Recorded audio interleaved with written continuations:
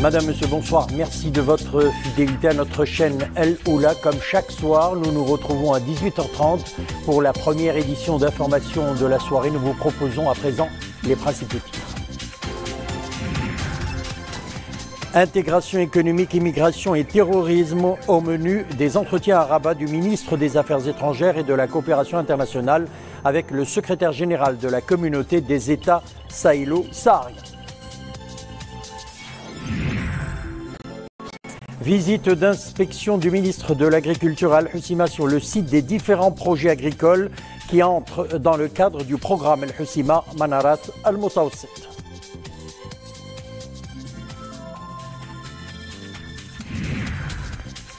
Et puis en sport, la tension monte à l'approche du match de finale de la Ligue des champions d'Afrique entre le WAC et El Ahly.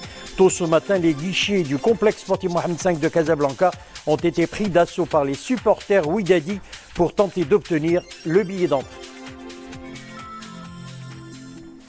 Retenons tout d'abord ce message de félicitations adressé par Sa Majesté le roi Mohamed VI au gouverneur général d'Antigua et Barbuda, Rodney Williams, à l'occasion de la fête nationale de son pays. Le Maroc, un partenaire actif qui accompagne les États sahélo-sahariens dans leurs efforts de développement. Ce sont là les propos du secrétaire général de la communauté des États sahélo-sahariens, Ibrahim Sani Abani, à l'issue de ses entretiens avec le ministre des Affaires étrangères et de la coopération internationale, Nasser Bourita. Au menu des entretiens, il a été question notamment de terrorisme et d'immigration et d'intégration économique. Rachidiken Imanablo. L'engagement sans faille et la contribution active du Maroc à la redynamisation de la SENSAD est à nouveau saluée. Cette fois-ci par la voix du secrétaire général de ce groupement économique régional. Ibrahim Sani Abani se réjouit des efforts du Royaume qui a fait du renforcement de ses relations avec les pays du continent une de ses priorités. J'ai tenu au nom de la SENSAD à saluer Sa Majesté le roi Mohamed VI, à lui rendre hommage pour les initiatives qu'il est en train de lancer et qu'il veille à faire lancer par le Maroc en termes de soutien actif aux États africains. Lors de ces échanges, les défis qui guettent le continent sont passés en revue. Là encore, les deux responsables réitèrent l'impératif d'une réponse collective et régionale dans l'espace sahélo-saharien. Le terrorisme, la criminalité transnationale organisée, le trafic des êtres humains, le trafic de drogue, d'armes, ce sont des phénomènes régionaux. Il n'y a pas un État qui puisse s'estimer capable de gérer seul. Il n'y a qu'une seule réponse. La réponse, elle est collective, elle est régionale. La visite au Maroc du secrétaire général de la SENSAD s'inscrit dans le cadre des travaux de la retraite régionale sur la migration. L'occasion aussi de contribuer à la réflexion sur la question de la migration en Afrique. Sachez également que le ministre des Affaires étrangères et de la coopération internationale a eu des entretiens avec son homologue du Swaziland. Dans une déclaration à la presse, le responsable du Swaziland a salué la force des relations bilatérales et de coopération, une coopération qui embrasse de nombreux domaines, dont notamment l'agriculture, l'énergie ainsi que l'éducation, autant de secteurs que le Swaziland souhaite approfondir et dynamiser avec le Maroc.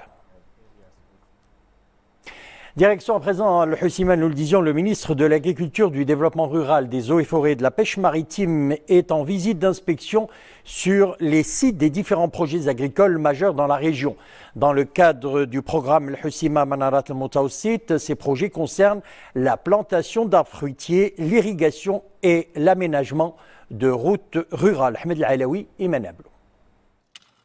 La promotion de la filière des arbres fruitiers, c'est l'un des projets piliers du plan Maroc vert. Dans la province d'Al-Hoceima, le secteur constitue une forte valeur ajoutée au développement de toute la région.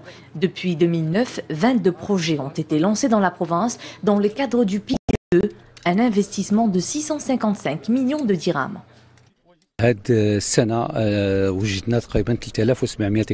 Cette année, nous avons préparé une superficie agricole d'arbres fruitiers de près de 3700 hectares. L'opération de plantation d'amandiers s'étale, elle, sur près de 2000 hectares et sera lancée à la fin de ce mois.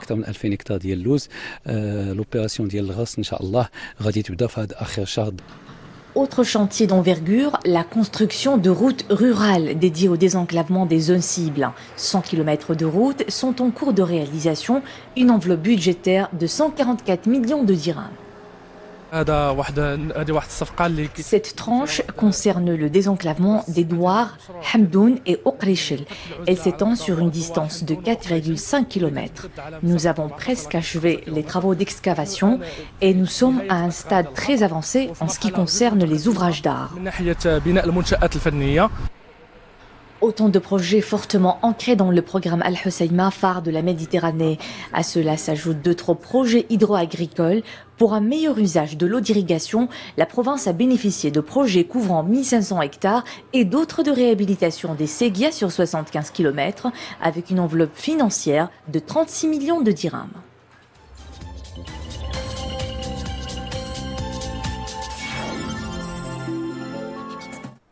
Actualité internationale, le bilan de l'attentat terroriste de New York est de 8 morts et 13 blessés. Parmi les personnes décédées, 5 Argentins, un Belge et 2 Américains. Selon les autorités américaines, le tueur était lié à l'État islamique et s'est radicalisé aux États-Unis. Il s'agit d'un Ouzbek de 29 ans, arrivé aux États-Unis en 2010. Le terroriste conduisait une camionnette et a foncé sur une piste cyclable et le couloir de promenade qui large la rivière Hudson sur près d'1 kilomètre en renversant cyclistes et passants avant de percuter un autocar. Un autobus de ramassage scolaire obligé de s'arrêter. Les policiers lui ont tiré dessus, le blessé. Autre acte terroriste en Tunisie, cette fois-ci, 2 policiers tunisiens ont été poignardés devant le Parlement par un extrémiste. L'un d'eux est grièvement blessé selon le ministère de l'Intérieur. L'assaillant a avoué, selon les informations préliminaires, avoir adopté la pensée tkhfiliste il y a 3 ans. Et puis, le Hamas cède à l'autorité palestinienne le contrôle des frontières de Gaza, des points de passage vers l'Égypte et Israël. Un test majeur pour la mise en œuvre de l'accord de réconciliation interpalestinienne. Les termes de l'accord prévoient que l'autorité palestinienne prenne d'ici au 1er décembre le contrôle total de Gaza. Ce mercredi, le point de passage de Rafah avec l'Égypte n'avait pas encore été rouvert. Le Hamas a dit espérer qu'il le serait dans les prochains jours ou les prochaines semaines. Près de 300 migrants secourus au large des côtes libyennes alors qu'ils tentaient d'immigrer clandestinement en Europe par voie maritime. Parmi eux, 40 femmes et 19 enfants. Les migrants de nationalités diverses se trouvaient à bord de 2 bateaux pneumatiques sans moteur. Ils ont été ramenés par les gardes-côtes libyens à la base navale de Tripoli. Ils ont été ensuite transférés au centre de rétention de Tajoura dans la banlieue est de Tripoli. Près de 150 000 migrants sont arrivés en Europe par la Méditerranée entre janvier et octobre.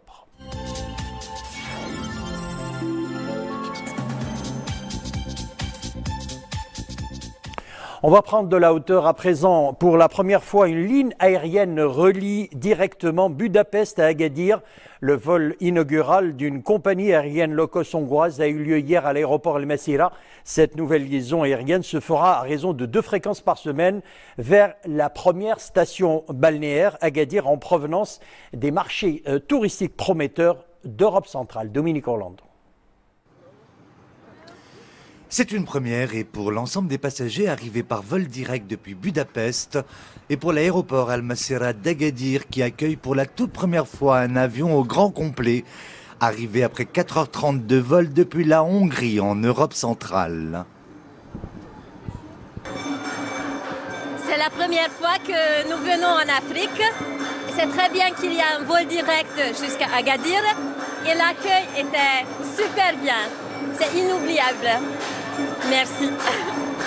Une nouvelle desserte aérienne qui également permettra aux hommes d'affaires des 2 pays de découvrir sur place les opportunités parallèles offertes de part et d'autre. Elles sont nombreuses dans différents secteurs, ce qui aura un impact économique positif et pour le Maroc et pour la Hongrie.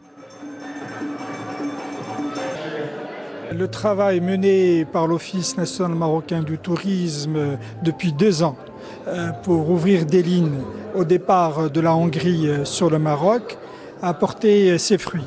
Aujourd'hui, nous célébrons l'ouverture de 2 lignes au départ de Budapest sur Marrakech, mais également sur Agadir. Et nous allons viser avec l'association des agences de voyage professionnelles du tourisme hongrois pour qu'ils tiennent leur convention au Maroc en avril 2018 à Marrakech. Et nous escomptons sur les 3 prochaines années un développement important dans la région quant au nombre de touristes hongrois qui se rendront au Maroc, Inch'Allah.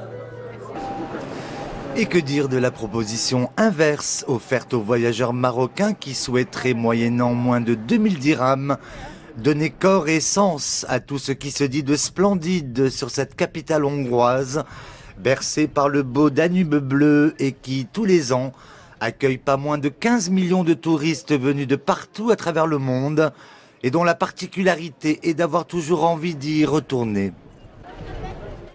On reste dans les airs. La ville d'Essaouira renforce également sa destination touristique.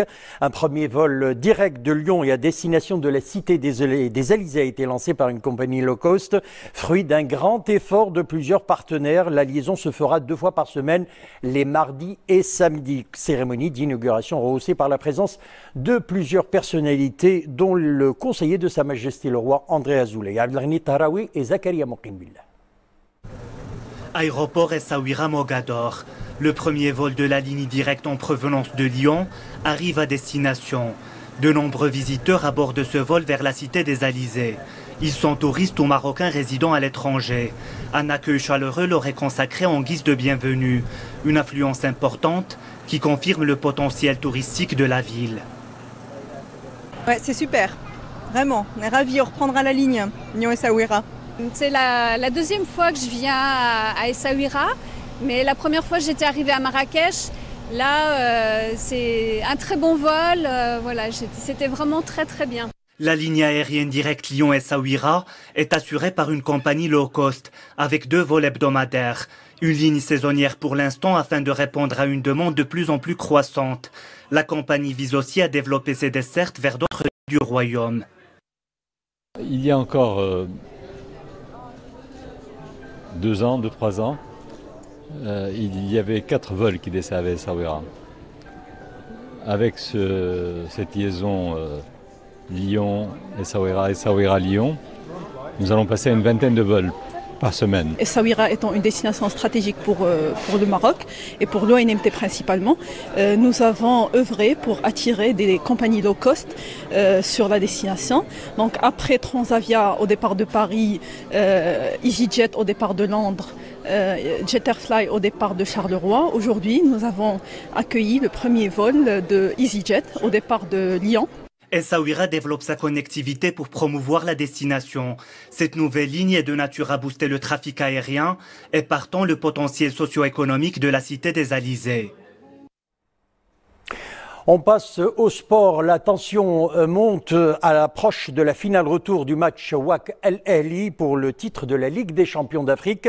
Tôt ce matin, des files d'attente interminables se sont formées dans les guichets du complexe sportif Mohamed V de Casablanca.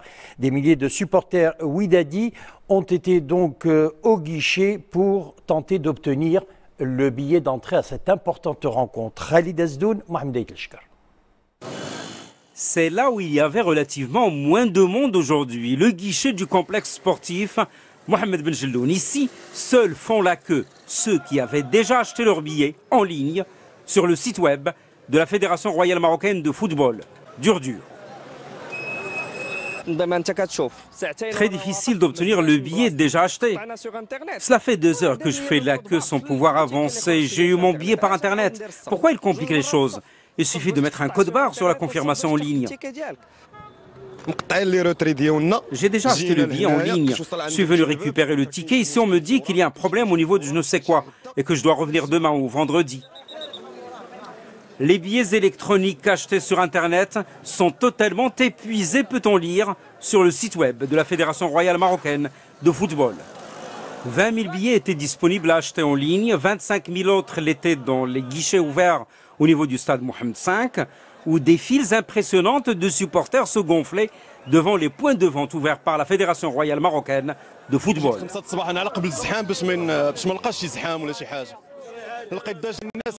Je suis venu à 5 h du matin. J'ai trouvé déjà une longue file d'attente de personnes qui attendaient depuis minuit.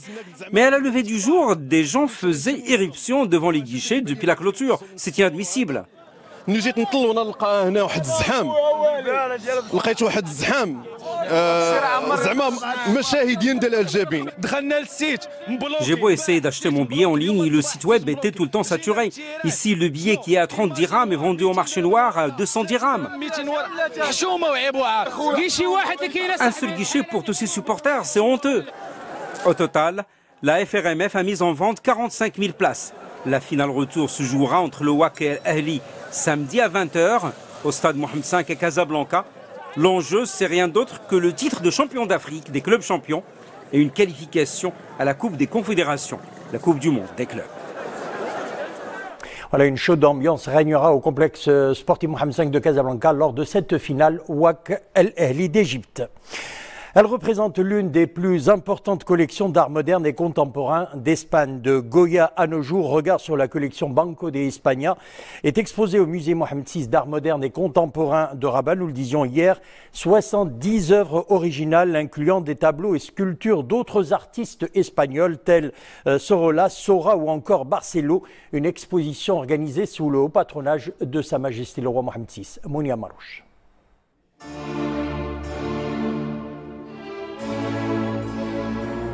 Les portraits de la famille royale espagnole investissent les 6 messes du musée Mohamed VI d'art moderne et contemporain. Le précurseur du romantisme pictural n'hésite pas à portraiturer ses personnages avec un réalisme jamais vu auparavant. Les modèles de Goya plongent le visiteur dans une époque historique riche de la péninsule ibérique.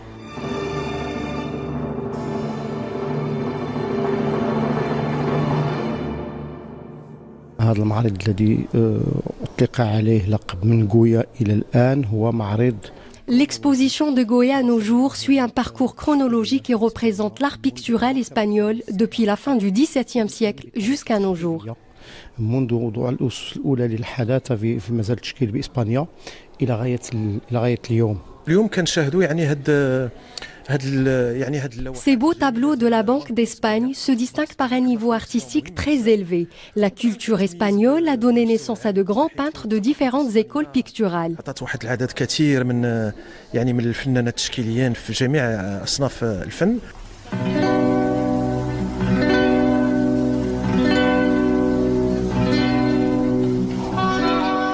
Plus de 70 œuvres, tableaux, sculptures, dessins et photographies. Des signatures d'illustres peintres de l'art contemporain espagnol offrent un panorama pluridisciplinaire de toute la collection de la Banque d'Espagne.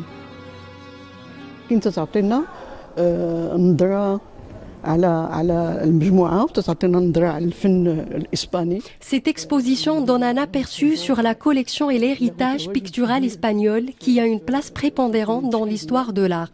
Avoir cette collection dans ce musée contemporain ouvert pour le grand public est une grande réalisation.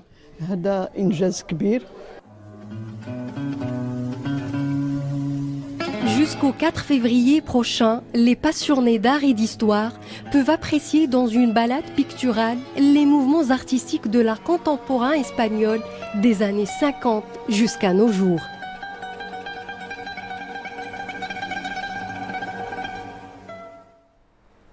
Voilà une exposition à aller découvrir, je rappelle, c'est au musée Mohamed VI d'art moderne et contemporain de Rabat. C'est avec cette page picturale que nous refermons cette édition. Merci de l'avoir suivi, le retour de l'info 20h30. Demain, vous aurez le plaisir de retrouver Iman Ablou. À bientôt.